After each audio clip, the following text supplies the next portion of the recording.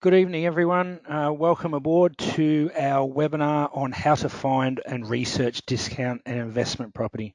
We do appreciate you spending your time tonight. We realise everyone's time is valuable, and for that exact reason, we'll get straight into it and so on. Okay, just a little bit of housekeeping before we start. Can you please ensure that your speakers are on, your volume is up, and you're not on mute?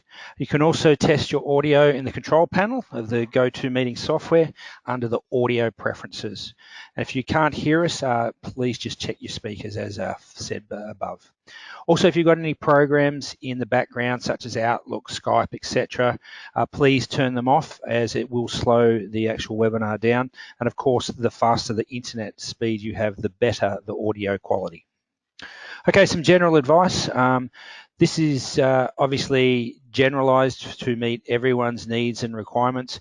If you're acting on individual information, we strongly would put forward that you actually speak to your accountant or advisors to do that before you act on any of the matters. Okay, a little bit about myself. My name's Justin Hams. I'm the Senior Portfolio Manager at Real Estate Investor. I've been personally investing in property for over 25 years. I am a property researcher and a qualified buyer's agent in several states of Australia, and I have professional experience acquiring discounted properties for investors, as well as several other types of strategies. I have a broad amount of industry experience, not just in property on the sales and also buying side, but also in the building side as well. Okay. About the company, we've been successfully helping clients to build wealth through property since 2006. We were founded at that stage. We have offices in the Gold Coast, Melbourne, Auckland, and Christchurch at present. And we're also an ASX listed company chaired by the former realestate.com.au CEO, Simon Baker. Our member base is just a smidge shy of 300,000 at present, and we really are a data-driven company utilising good strategy for successful property investment. The tools that I'm going to show you tonight is a very unique suite, which is not available in one course, so to speak, in any other place. So we'll get into that further soon.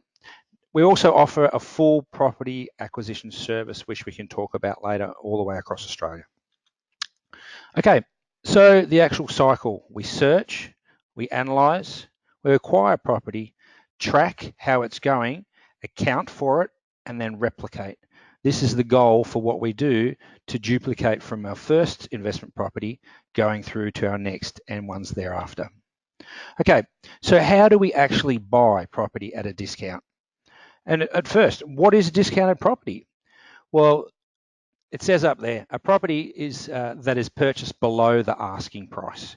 Now, we need to remember too that the asking price for what? Is it a house? Is it a unit? Is it a townhouse? How many bedrooms does it have? How many bathrooms does it have? What other features does it have? This is all different, which we can go into further. But to find a genuine discounted property is not easy. You can purchase a property at a discount, but still pay too much. Now, on the surface, that doesn't look like it makes sense, but let me explain. If the asking price was $500,000 and the purchase price is $480,000, you might think, okay, I've actually made $20,000 on my buy.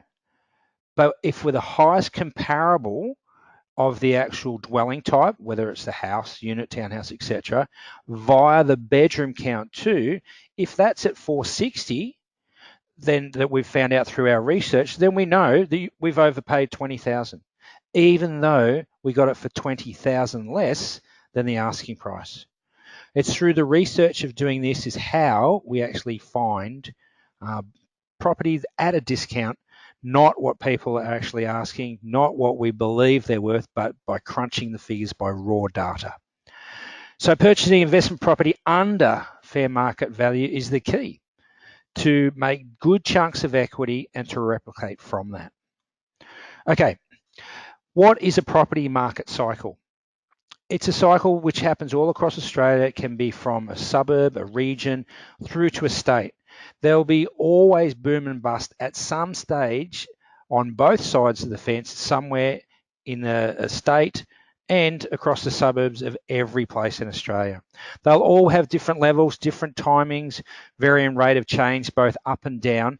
But if you can actually understand the actual property cycle and where it sits in the suburb that you're looking at, and the effect of what the level of discounts you can achieve from studying that, then it's a huge advantage for you. Okay, the property market cycle itself. Like during a boom market, it's generally more difficult to achieve higher discounts, if any, like due to the number of buyers in the market and the high level of demand. More often, properties will sell over the asking price. Just look at what happened in Sydney and Melbourne over the last couple of years in particular places. We had properties that were selling 50 to 100 grand over the asking price. Whereas in a bust market, there will be less buyers and a lot of properties for sale. The more competition as a seller and the less demand. So it is easier to negotiate a higher discounted price. If you were to find a property where the seller's situation requires a timely sale, you may even be able to negotiate further savings. But keep in mind that capital growth rates will have an impact on your equity. In a booming market where you're paying market value, you may also be achieving higher capital growth due to the demand in the area. So it'll quickly increase in value anyway. In a bust market, buying the property at a much discounted rate could become a liability, as it now sets a lower comparable price for other buyers looking in the area. It may become the benchmark price for driving down the value of the suburb even.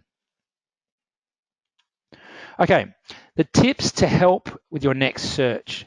So we identify a property for sale with a motivated vendor.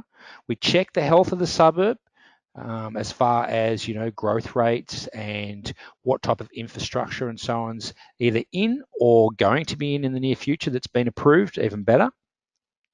We estimate the market values of the particular property that we're actually looking at as our target, look at its listing history, and also compare sales of a similar dwelling type and what we talked about before, bedroom count as well.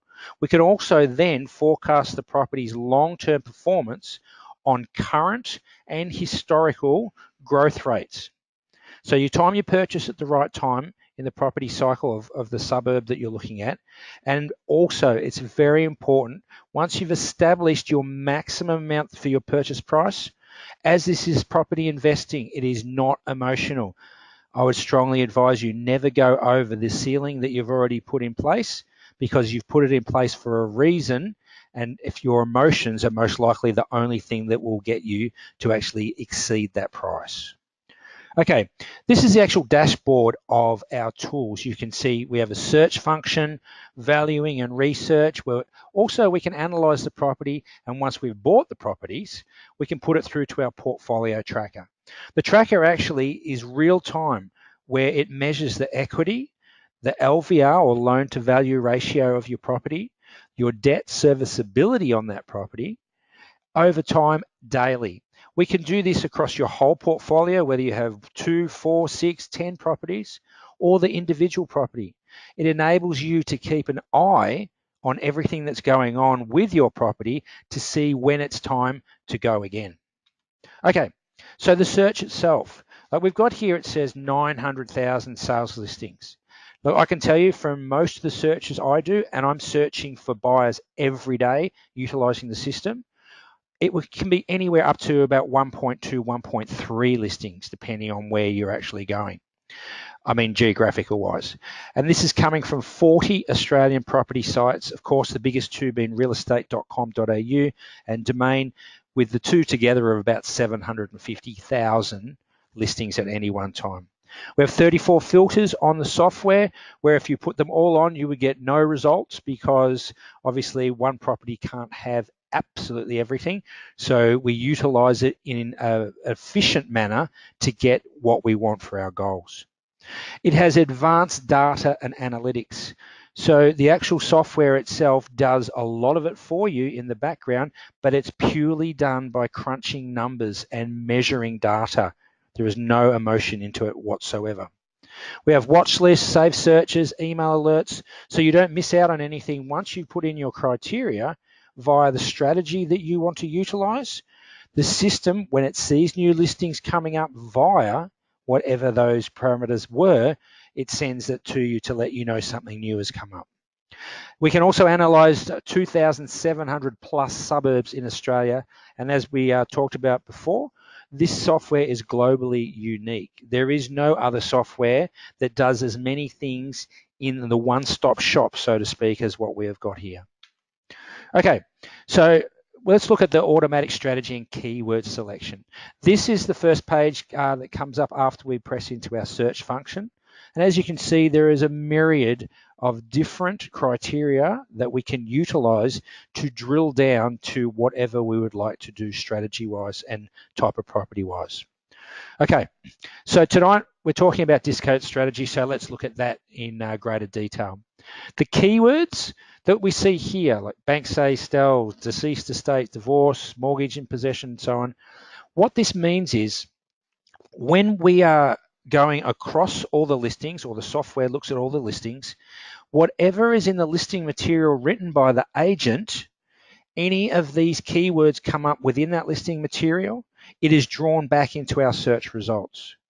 Now, via the geographical area that we put in, also the monetary area, and whatever other filters we've got will govern the amount of those results. So we can see here, the filters we've got here, we're talking about individual properties here. Like if we're talking about, we want a minimum land size of say 400 square meters in a city, or if out to the mid suburbs, we want at least a 600 square, or if we're going a bit further out from that as well, maybe our minimum is 800. We can adjust all these into our filters, so the results will only bring back properties that are listed for sale with those criteria. You can see all the way down to suburb rental yield, growth, percentage of suburb median. We'll talk about that further. That's one of the most important ones, in my opinion, in this bottom half of the search page. Okay, so we've gone in, we've searched. Now, we've looked for something discount, in other words, under 80% in this instant. As you can see at the top, we've got 72.2%. How do we work that out? Well, $299,000 is exactly 72.2% of the $414,000 of the median listing price. Now, this is specific not just for a house in Collingwood Park, but for a 4-bedroom house in Collingwood Park. So that's where we can see, okay, straight away, the normal median listing price, in other words, what people are asking for their property, as long as it's a 4-bedroom house in this suburb, is $414,000. At $299,000, we can see we are well below the median. Also, what's been picked up by the discount is one of the keywords, is that 6% rental yield, approx. Now, for a house, if you're at 6% rental yield, you're most likely at parity or positively geared. It's more about 7 or 8% for a unit when you're looking into strata fees and so on. Okay, so we can see a myriad of different things in here as well. If you look at the graph with the green, grey and red, this tells us what has been happening to specifically a 4-bedroom house in Collingwood Park over the last 5 years, and the last year is broken up into the quarters. So we can see it's been going up. It had a little downside in 2015, but it's had some really good growth in the last 3 years looking at that. We can also see the median weekly rent. What are we going to expect to get from this if we're going to buy it, keep it, and actually rent it out? Is our house better than the ones next to it and so on? And we can show you later how to compare that as well. Okay, so a renovation strategy, same thing. The keywords, all the things like add value, do up, renovator, TLC. Now, any of these keywords that come up in the actual listing material, same thing again, comes back in our search results. As you can see from the picture, this place needs a really good coat of paint and a couple of other things. So, looking at the actual renovation strategy, the percentage of suburb median, 80%. Our rationale for that is we only want to look at properties below 80% of the median of the suburb for the type of dwelling to its bedroom count. As you can see, the software is a lot more specific than when you would normally hear, oh, the median for a house in that suburb is this amount or it's that amount. How can that be really accurate when there's 2, 3, 4, 5 plus bedroom houses? This is where the system really drills down and makes comparables against comparables much more accurate before you even put your money in your pocket to go and do any type of building or pest or any other type of criteria ticks to make you feel safe that this is a good bet for you after you're doing your research. What we do too, the rationale of the 80%, that comes out that 20% left to the 100% of the normal medium, that is utilised for the costs of the renovation.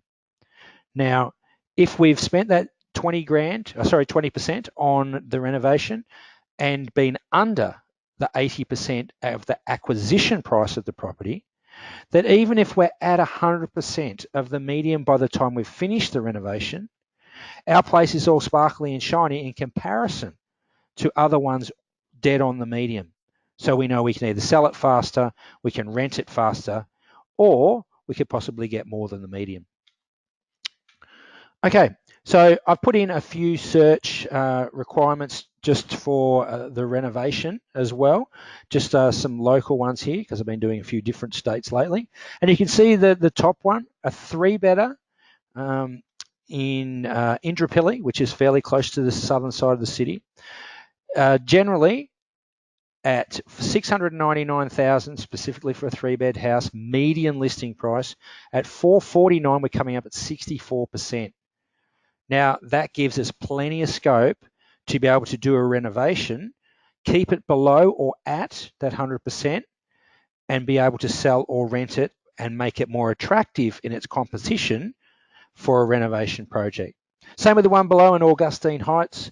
If we're looking just below, so a little less margin for what we could spend on the reno as far as percentage goes, but the same thing.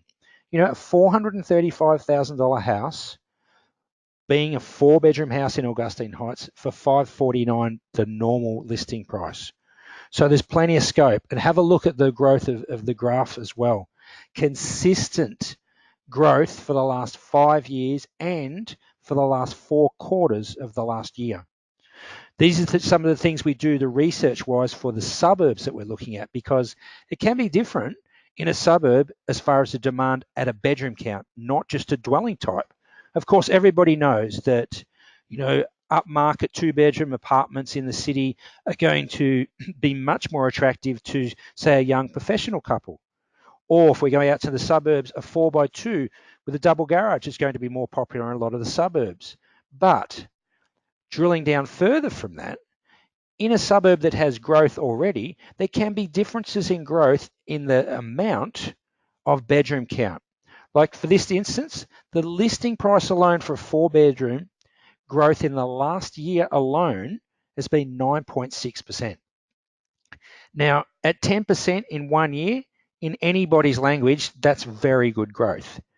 And you could think, okay, that's just not really in the norm and so on. But that's when you do your research to find out if it is normal. Is there any underlying factors that may have caused this, like infrastructure that's come on board?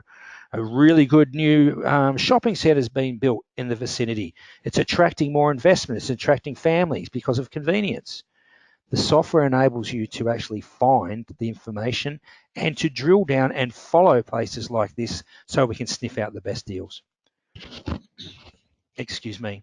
So the last one, the subdivision strategy. I would normally advise that someone only goes for a subdivision strategy after they've done other types of property investment. It is a lot more stressful, it is more time consuming, and there you will always have more hurdles than any other type of strategy. It can be incredibly rewarding, but the time that you must put into it, and obviously what can be stress as well, will also be increased, so always be aware of that. Same thing again, we've got the keywords here: corner block, double block, splitter, subject to council approval. Always be wary of STCA when you see that in the listing material written by an agent, because an agent only has to believe, okay, this might be possible to do this and write it, but never ever take it as gospel, so to speak. Always do the checks for yourself. Okay, the amount of filters we've got here, an example of what we're just talking about. You can see from the keyword strategy around the center of the screen here being subdivided. All the select keywords in here are the things in the listing material that we spoke about. Any of these that's actually been written in the ad for the property by the agent, it's going to bring back in our actual results.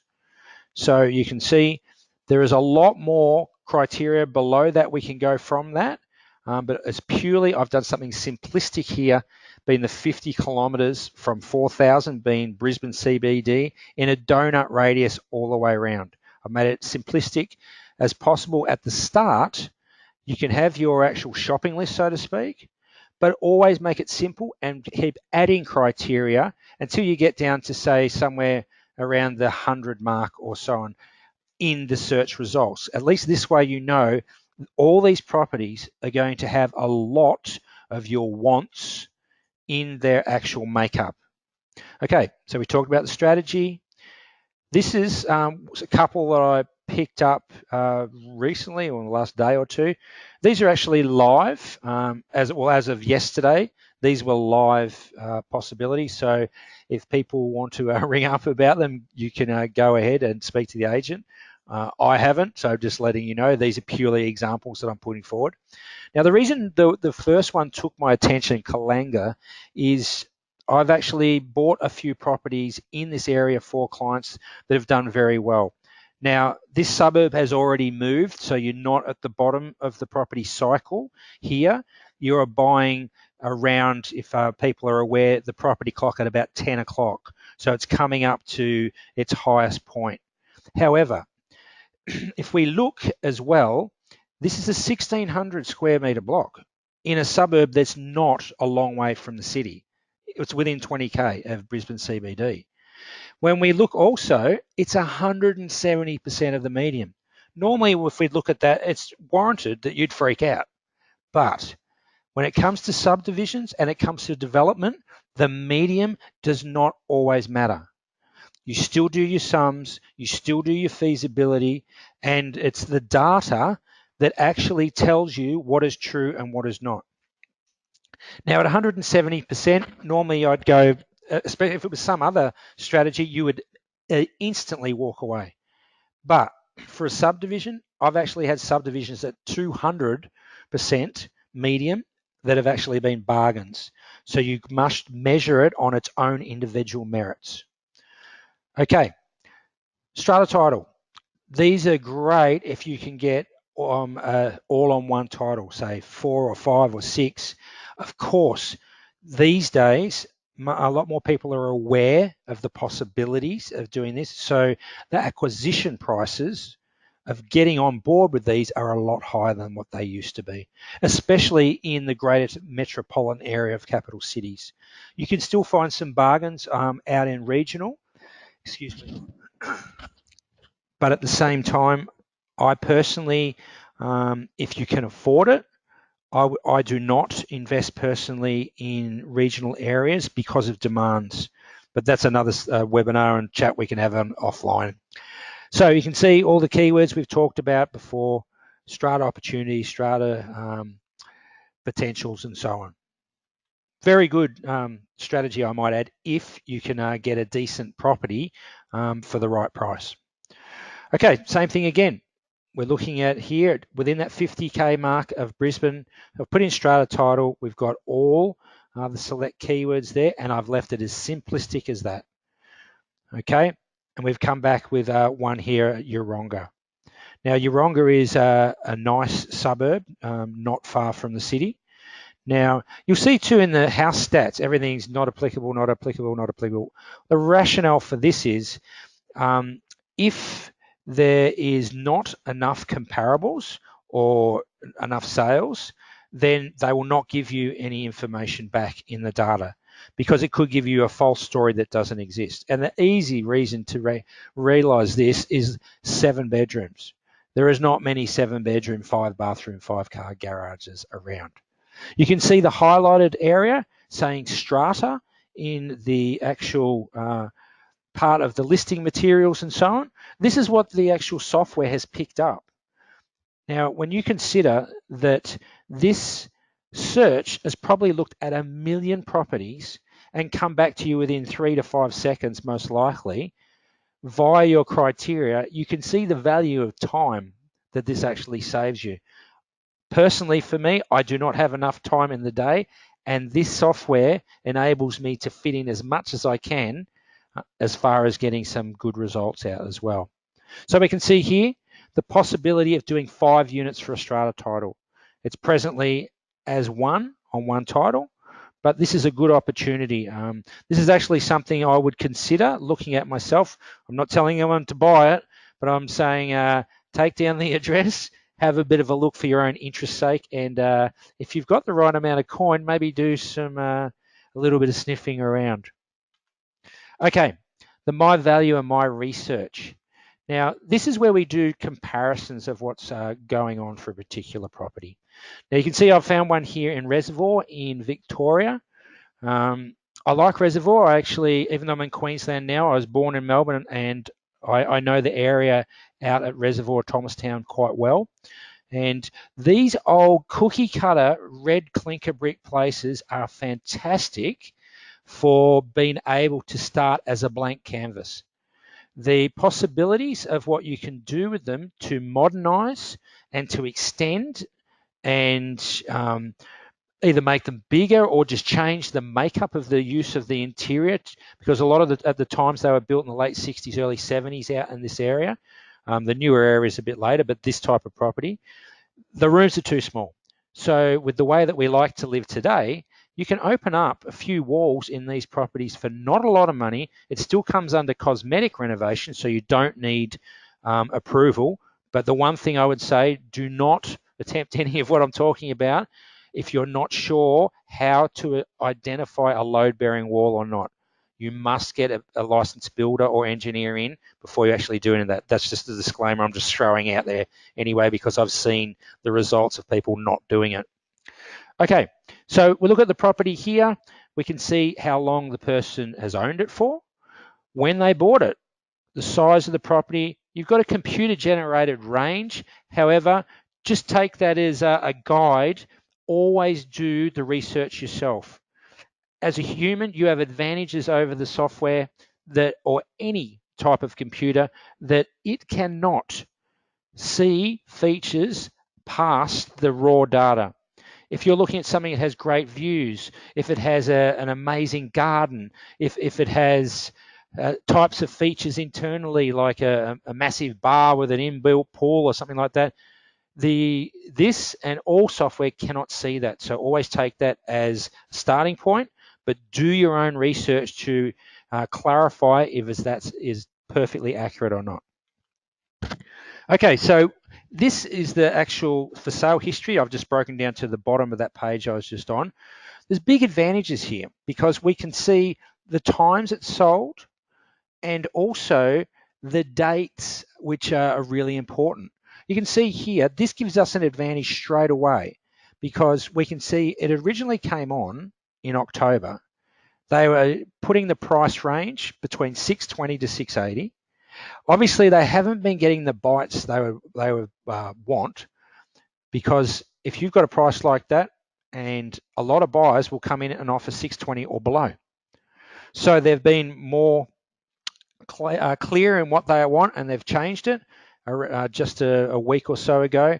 Now they want 650. So if they hold on for a while and they start to get frustrated and they change agents and then they change the price. Now, they could even put the price up for this to make it even 700,000. But if we have the history and we see, after looking at the history, that at one stage they were prepared to take at least 650, with other people looking at thinking they might get a discount if they were interested later at 670, 680, they're going to pay $20,000 to $30,000 more than we know these vendors would have accepted. So this is a big advantage. Also look for changing of agents over time in the histories, because this means the vendors are frustrated and they want results. Now, when they get frustrated and they want results, they can get tired, they can have enough of the process, and it's just a fact of life. It's not me being ruthless or anything. They can be more negotiable in the price. So we see the days listed. It's only been on 35 days because it takes it from that first one, this listing time, because it sold the last time in 2009, 35 days ago. Okay, so within the actual My Valuer, we've clicked on comparable properties, and you'll notice all of these are 3-bedroom properties. All of them are 1-bathroom properties, and we've got them pretty much under about 600 meters radius. So in other words, these properties are not only the same being a house, they're not all in this, not just all in the same suburb Reservoir. They are all 3 bedrooms, they are all 1 bathrooms, and they're geographically as close as possible in time and also location. So this gives us some ideas of what has presently just happened. And we talked about before, what are the percentages and what are the changes as far as discounting and so on. If we look at the top one, 825 grand is actually sold for. They were after 880 originally. So there's a big drop, 55 grand from what they were originally asking. So we can see, okay, as this is a higher one on the market, it must have better features and so on. So you click on to the pictures and actually see the rationale of why it was that price. But we see here the one straight after it, we've got 590, and they were put on from 580 to 620. So in other words, they were hoping for at least 600, but over it would have been better. So you can see by looking at all these, and if we click on the pictures and see the internals and the features like our properties, we can get incredibly close to true comparables for our property. Because if you think in one suburb, you can have 3 markets of the same property. I know that might sound stupid and not make sense, but imagine if you have a flat that goes up the side of the hill to a huge crest with these amazing views. You can have a 3-by-1 bathroom place on top of the hill, which is one market. You can have one midway up the hill, which is a second market. And you can have a third one on the flats at the bottom, which is a third market. It's important that we match where we are. So having the software to be able to geographically take these areas, it's a massive advantage. And what's more, it's not just the donut radius we were talking about before. I'll go back into that a little bit further in the next slides because there's something I want to show you how you can manipulate that down to even particular roads. Okay, for the top one, we can see the time to sell. Like this is a lot compared to, sorry, I'll go back and have another look at that. That's the days to sell 165. Have a look at the other ones, all below it. 50 days, 24 days, 17 days, 35. This is an area which is selling houses quickly. The reason for the top one, have a look at the price in comparable to all the others. Now, unless that's got some really good features, that's probably one of the reasons why it took longer to sell. Okay, so we can manipulate the sales date and time as well as areas being in meters from our property. Now, I've done this quite broad, being the suburb itself, and I've gone back a year. So for the last year of house sales in Reservoir, we can see there's been 537 results. Now, these are advantages too when you're looking at particular mediums and sizes and so on. So we can see the medium for the area is 750, and the area, in other words, the medium average for square meterage of the block between 563 to 581. Also, look at the highest priced, 1.59 million, but it's on a little over half an acre as well. So you need to take all this into consideration. We can manipulate this even further as well to the actual bedroom count, to the number of bathrooms. But just remember, like we did before in doing the actual searches for what's presently for sale, if we're looking at what has sold, if we put too many criteria, the actual results you're going to get are going to be less, so be aware of that. Okay, this is what I was talking about. If I wanted to look just in the Reservoir over to the outer Kingsbury area and just to the bottom of Bundoora, I've just done a full circle here. There are particular areas where one side of the road will be different zoning to other sides of the road, even in the same council, even in the same planning policy. So if one side of the road you're able to do double the size of the house, put more of a footprint of square floor meter radius than the other side of the road, then it's in your best interest to be able to drill down on those when you're actually trying to do an investment in that property, in that area. Because your property can be worth, and I'm not exaggerating, in the right area, from one side of the road to the other, the identical house, depending on the zone, planning policy, what you can actually do with the house, there can be up to $50,000 difference. Now that's a lot to think about, isn't it? Like one side of the road to the other, the same house can be valued at $50,000 difference, even if they're in the same condition. It's in your interest to know all this. The system can tell you and has direct links from every single property to its applicable council that it sits, and you can go into the planning policy, zoning, and neighbourhood plans and so on to see within particular areas for each and individual property. Huge advantage, it really is. Okay, now if we wanted to look at the rentals as well, I've just done the same thing. I've just gone out for comparable rentals. Only 3-bedders that I've looked at, and you can see I've got 217 results. And that's just over 6 months. I did it over the year because I always just normally do it a year.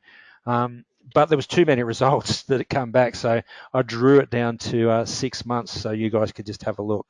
But as you can see, the lowest rent in the area, $280, and the highest, $3,880. So that's obviously a mansion or something.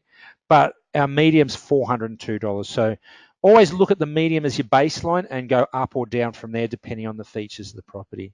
But this gives us the information we need to know before we buy a property if we need to crunch our figures to see what it's going to cost us or what it's going to make us at the end of each week, at the end of each month, and so on. This is a great part, interactive mapping. This shows us from an aerial what's actually happened around our property.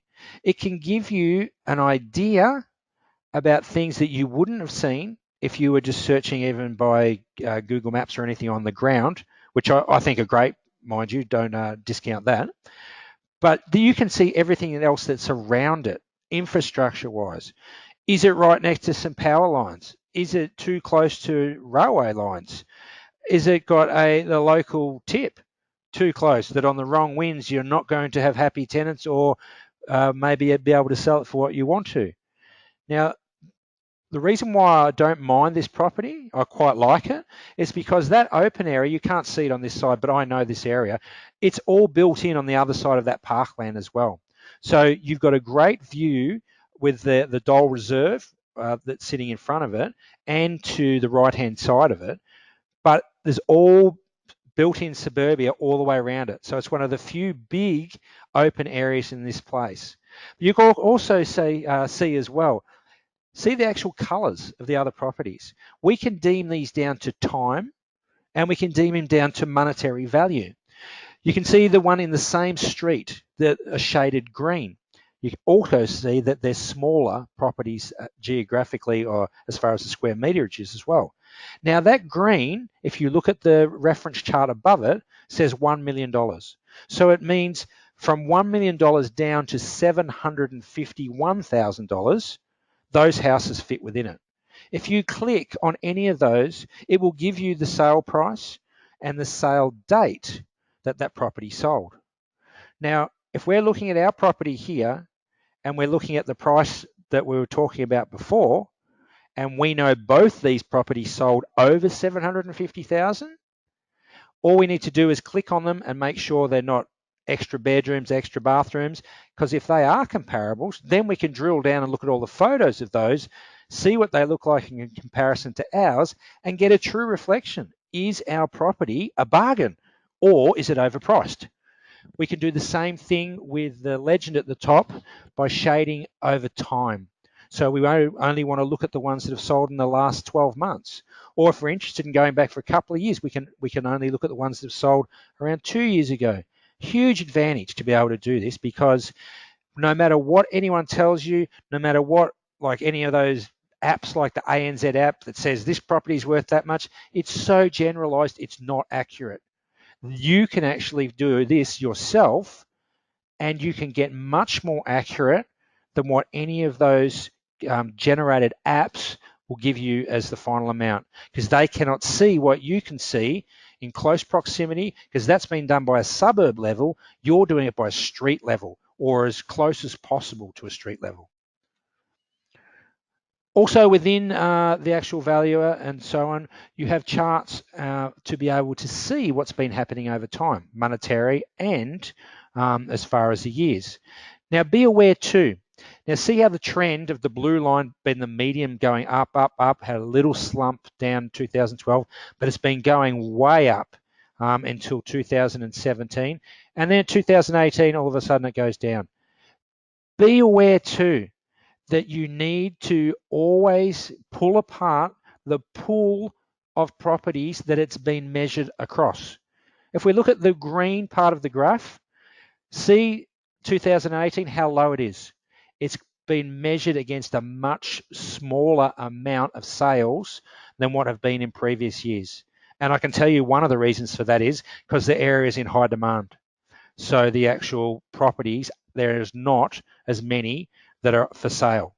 So that's one of the things. So it doesn't mean if you see things like this happening in graphs, make sure you drill down into the rationale of what they're showing, not just look at it face value, because it can be an advantage sometimes when it looks like a disadvantage. We can see here from the other side too, the years, the medium, all the way back to 1993. I didn't want to go too far because I didn't want to make it too small on the screen so you guys couldn't see. But as you can see, you know, from that period of time, 105 grand in 1993 to the medium now at 750,000. And just what I was talking about too, have a look at the very bottom. Number of sales, 331, 2017, 540, 2017, 558, and even more in the previous years before that. So that's one of the things that have skewed what looks like a drop. But in this instance, I would say it isn't. But always do all your research to make sure. Okay, you also get demographics. These are important things as far as who's living where and who wants what. Now, that might sound like double Dutch, but the makeup of the property that you want to be buying to rent or to flip, you want to measure it and match it to the demand of the people that want to live there.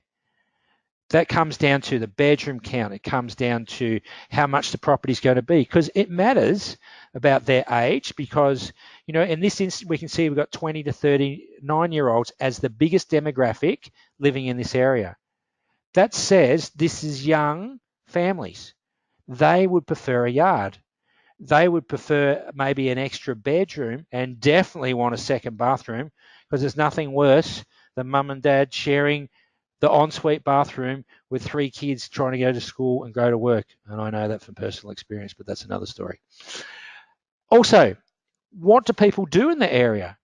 This, most people would look at and think, what does that have to do, what people do for a job, about, you know, what the property's going to be? I've got a really good one.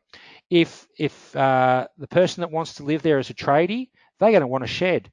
If they are into cars, they're going to want a bigger shed. So all these little idiosyncrasies you can match to people that are actually going to be in the area. And if you're armed with the actual buyers or renters shopping list, you can adapt your house to exactly what they want and make it more popular. Okay, the comparison charts as well. You know, we can go across, you know, several different ones. I tried to do a few in this instant close to the areas that I know fairly well around there, being Reservoir, Fawkner, Thomastown, Coburg. I didn't put in Coburg East or anything, but, you know, I've got a few in there. This actually shows the difference, and not just in what the medium house sales are, but also the movement over time. Because have a look at the years 2010. Like, look at Reservoir in 2010, had a real surge. It's the same thing as what we were talking about before. The numbers can be skewed, not just by the amount of properties that have been sold, but let's say in that 2010, there was one property that sold for $2.5 million. We can see before from the stats that we looked at in Reservoir, there was a property that sold for over that. This can skew the final amount of the medium. So you need to drill down further and make sure there's not one offs or two offs or even 10 offs that are actually making the figures slightly different. Okay, so we'll be talking about earlier about sister suburbs too. Looking at all this, you can see what is gone for what price-wise. And if you can't afford to live in one particular area, you want to be as close as possible to that. So will your renters. Look for the sister suburbs, the ones next door that are yet to move as quick, and they will over time if all the factors of your research have had ticks in the boxes. Okay, so crunching the numbers for long-term cash flow. Now, this is one just locally that I did. I looked at this pretty much because I wanted to analyze it. It's pretty much spot on the medium, as you can see. It's only $9,000 under the medium listing price for a 3-bedder in Ashmore. Now, if you're analyzing in full, this is you drilling down all your costs before you actually buy a property or spend any money. So good as far as saving you time and money itself. Okay, so the first thing, the gross yield, 4.5%. This is pretty good for a house, especially in the suburbs. And net yield after all your costs, about 3.5%. But it's important to remember too, look at the values of the property with the growth. Now, this capital growth rate of 5.6, this is accurate as of yesterday. So with that taken into consideration, if we bought it for 540 at that current growth rate, in 1 year, you've made $30,000 plus, whilst getting $485 a week for the property. Now, of course, if we were looking at these figures in Melbourne, where especially in the greater metropolitan area, you're at the stage you're at in your cycle at the moment, your rental yields are very low. You would not be getting this amount. So remember, do your homework on the particular area and always talk about the numbers itself. We can see here, this is that property we just had from going down because I couldn't fit it all on one page and still make it legible for you guys. Now, our pre-tax cash flow per year is $500 it's going to cost us. In other words, $9 a week. However, once we put a depreciation schedule in play, and I'll do a side claimer here, don't bother getting a depreciation schedule if you're going to flip. It's a waste of money and it's not worth the tax implication. So only if you're going to keep the property about 4 or 5 years plus, get a depreciation schedule, even for older properties, because you can still depreciate renovation type items, such as hot water systems and stuff like that if they're replaced. This is the thing that we need to look at though too. With the depreciation schedule in place, this place is actually slightly positively geared. So it's putting $318 in our pocket a year. Now, that's after the first year, and most people might go, well, that's not much money. But you've got to remember, it's just grown by over $30,000 in capital growth as well. And look at the next year. Then it's 500, then it's 1,100, 2,600. So as your equity rises, of course, the more and more money that comes into your pocket. As long as we know the interest rate, as long as we know the capital growth rate of the area and the rent that we're going to get and what we're actually paying the banks for the money, we can make this incredibly accurate and you can get these figures to know what you will make or what you will pay for any particular property before you even buy it. Now that time saving and money saving, I don't think we need to even talk more about that. It's just brilliant. Okay. So this system is actually built for property investors. That's all it was built for. It does not do commercial property. You can utilize it for the same rationale to buy your own property, but it was put together specifically for investors to be able to drill down and get the best deals they can via facts. not fiction, not hearsay, or not what other people say. So tonight, I'm not going to offer any steak knives. I'm not going to offer any 2-for-1 deals. Because you guys have made the effort of your time and it is valuable, they've come along tonight, I'm going to make an offer of a webinar special for $79 month to month, no lock-in contracts. Now, as a buyer's agent myself and researcher, I utilize this software every day, and it's invaluable for the biggest thing. I know I keep harping on about it, but it's the time. I can look through millions of listings in a day to drill down to maybe 5 or 10 that are perfect for either what I'm looking for or what my client wants. The beauty of it is too, we have never offered our software at this price before. So if it's month to month, there's no lock-in contract. What do you got to lose? If you have even one investment property, it is tax deductible. All you have to do is talk to your accountant. You are deemed, if you have investment property, as being in the business of investing in property.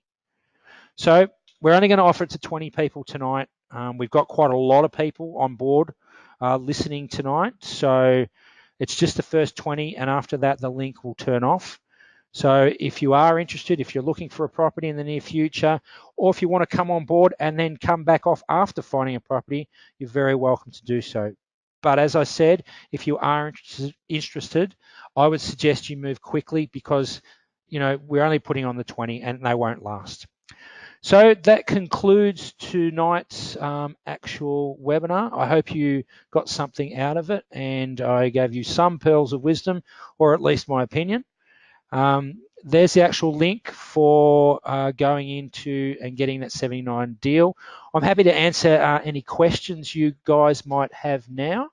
I'm just going to open it up. If you guys would just give me 2 seconds, I'm just going to have a glass of water, a quick drink. I'll be back literally in a couple of seconds. Excuse me.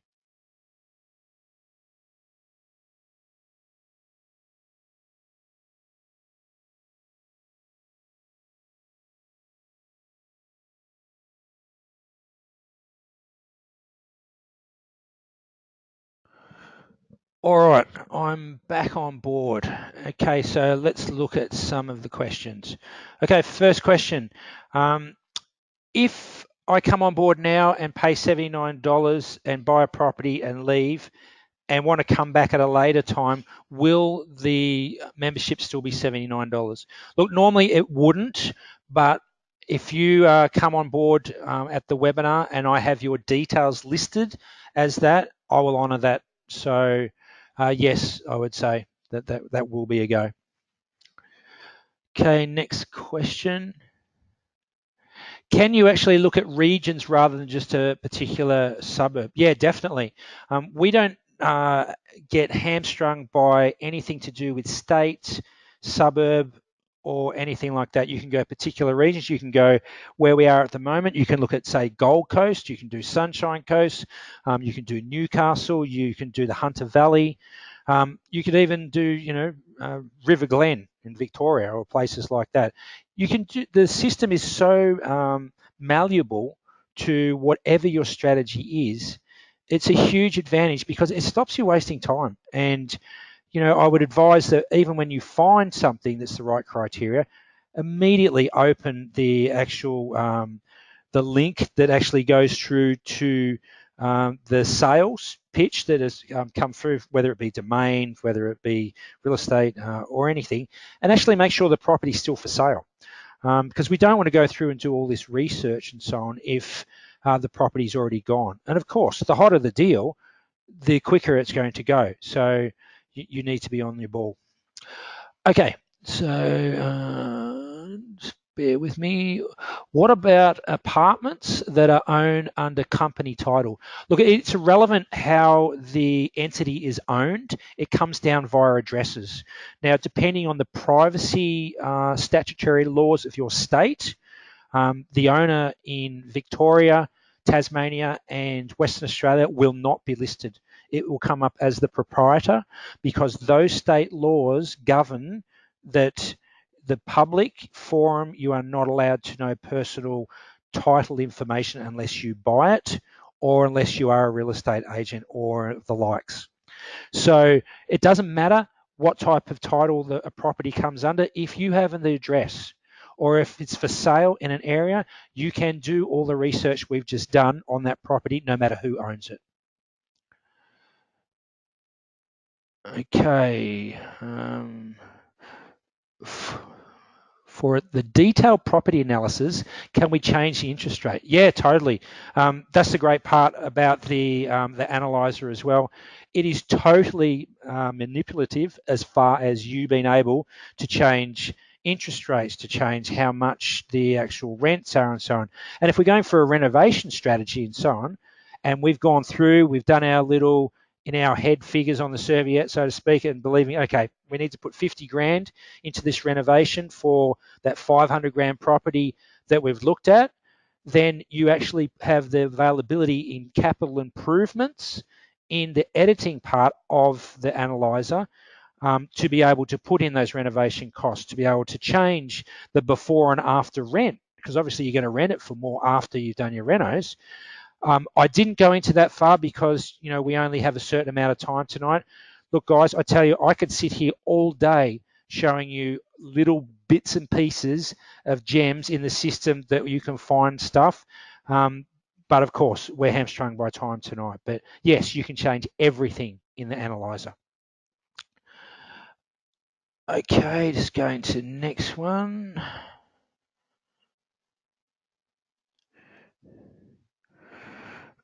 All right. Another question. As far as we talked about sister suburbs, how do I find out what the particular percentage growth of a suburb is? Well, like when we went through in the search part earlier, you can actually put in that 5% that we looked at. If you want a really high growth area, and this is talking about per annum from the last year alone, put in 10% plus. And it will only come back with results that are for sale in a suburb that has the dwelling type of 10% or greater in your research results.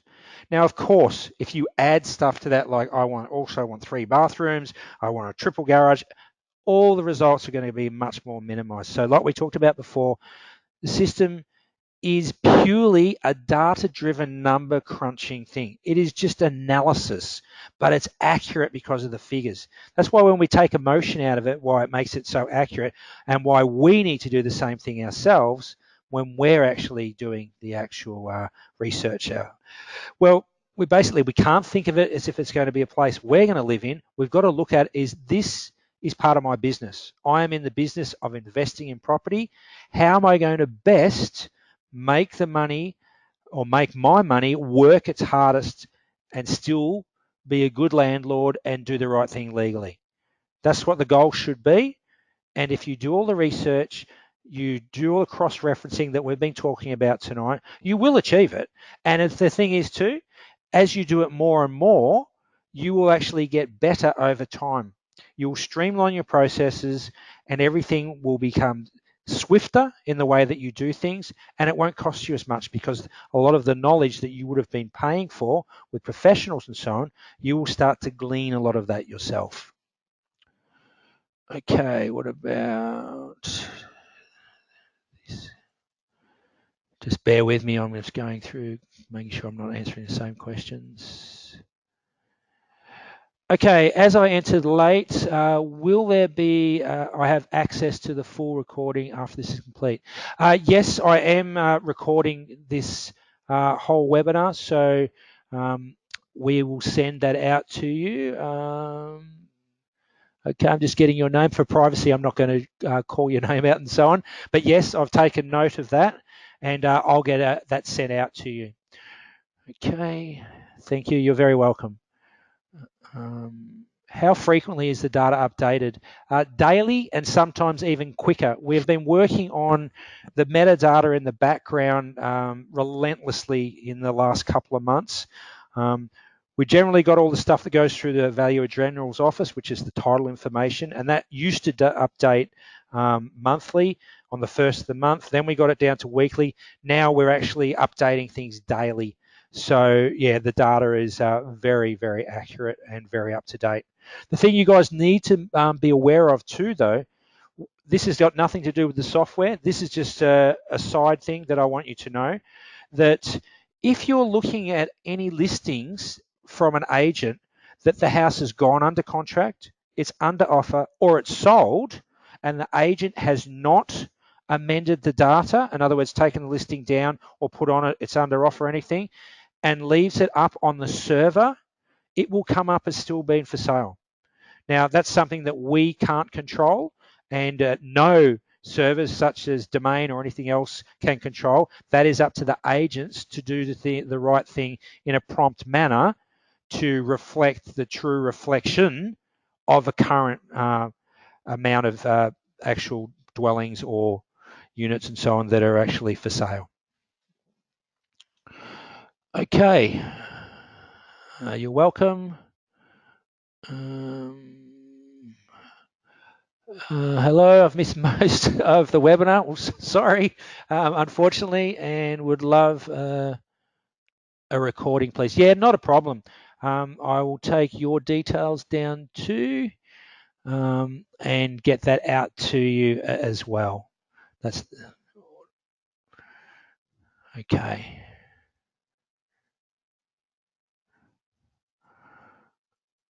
All right. Well, another question here. How long does it take to get a subdivision through? I wish I had $1 for every time someone asked me that. And as I said before, if you're a first-time investor, I would strongly advise against subdivision. But if you're not, it's going to depend on a myriad of different things. It'll depend on what you're trying to get through. It'll depend on, does it fit to the local planning policy without any amendments? Now, a lot of councils will have what's called a fast track system. Now, if your subdivision ticks the boxes for the criteria, I mean all the boxes of their fast track system, and there's about 10 different names across councils for this, so just bear with me, then you can actually get it through in a couple of weeks. This is not the norm.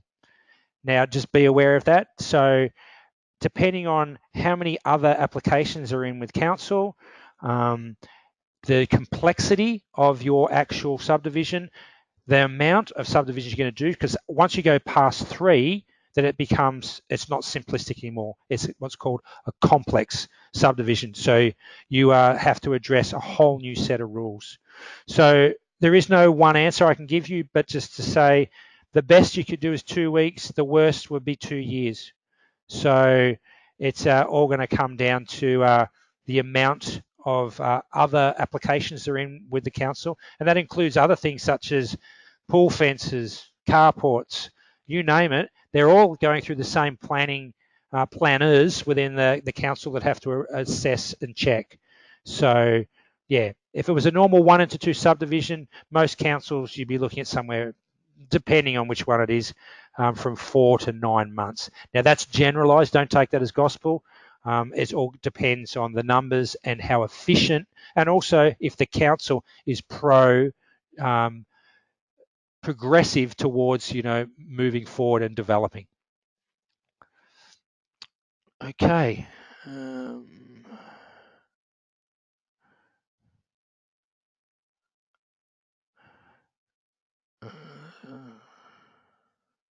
No worries, you're very welcome. You're also welcome. Thank you very much for the kind feedback.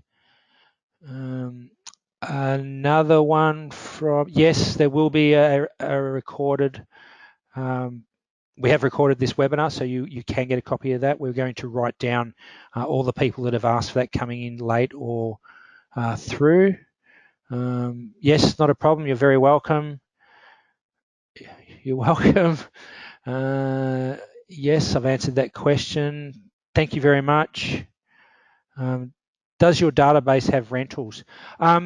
Look, as far as rentals, we can actually see live rental listings and ones that have rented. When we go in and do the analysis for doing our comparables. If we're going to be holding on to a property, that's one of the exact things that we need to know. We need to know how much rent can we get, say, before our renovation and after our renovation, for example. So that's an excellent question. Yes, you can actually go through and do before, after, all the way down to the same thing as what we do for sales prices. In geographical and time, you can do the same thing for rentals. Same question again. Yes, you can get a copy of the recording and we'll send that out to you. Same question. Yes. All right, excellent. All right, guys. What's that one? No, same one. Thank you. You're very welcome. Thank you very much, guys, for your kind feedback. We're getting a lot of comments here, appreciating the content that we've put in tonight. So that does mean something to us. It means that we're giving you something that is interesting and that's warranted. So that's very much appreciated. Thank you for the feedback. All right, well, that looks like, apart from all the questions about the recordings and people have said thank you that they're already signed up, that's about it for me. If anyone has any final questions, while I'll take another drink of water, please put a question in now before I sign off. I'm just going to pause for 2 seconds. Just excuse me.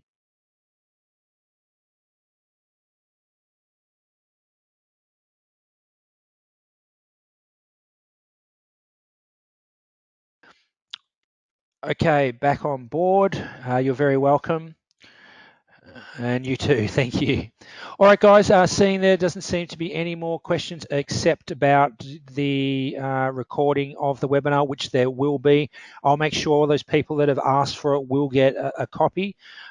Same thing as we said before, we've got many people that have, you're very welcome, that have come back and said that they've already signed up. I'm not sure what the numbers are. So if you are interested, get on board with that 20 before the link shuts down. And if there's no further questions, which there doesn't look like there is now, I'm just going back to the top. No, there isn't. I'll be signing off for tonight. Thank you very much for attending. We do appreciate it, and also the kind feedback from many of you tonight.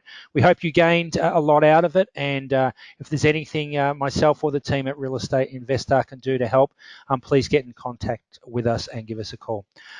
That's it for tonight. Have a good evening, and we'll talk to you soon. Cheers.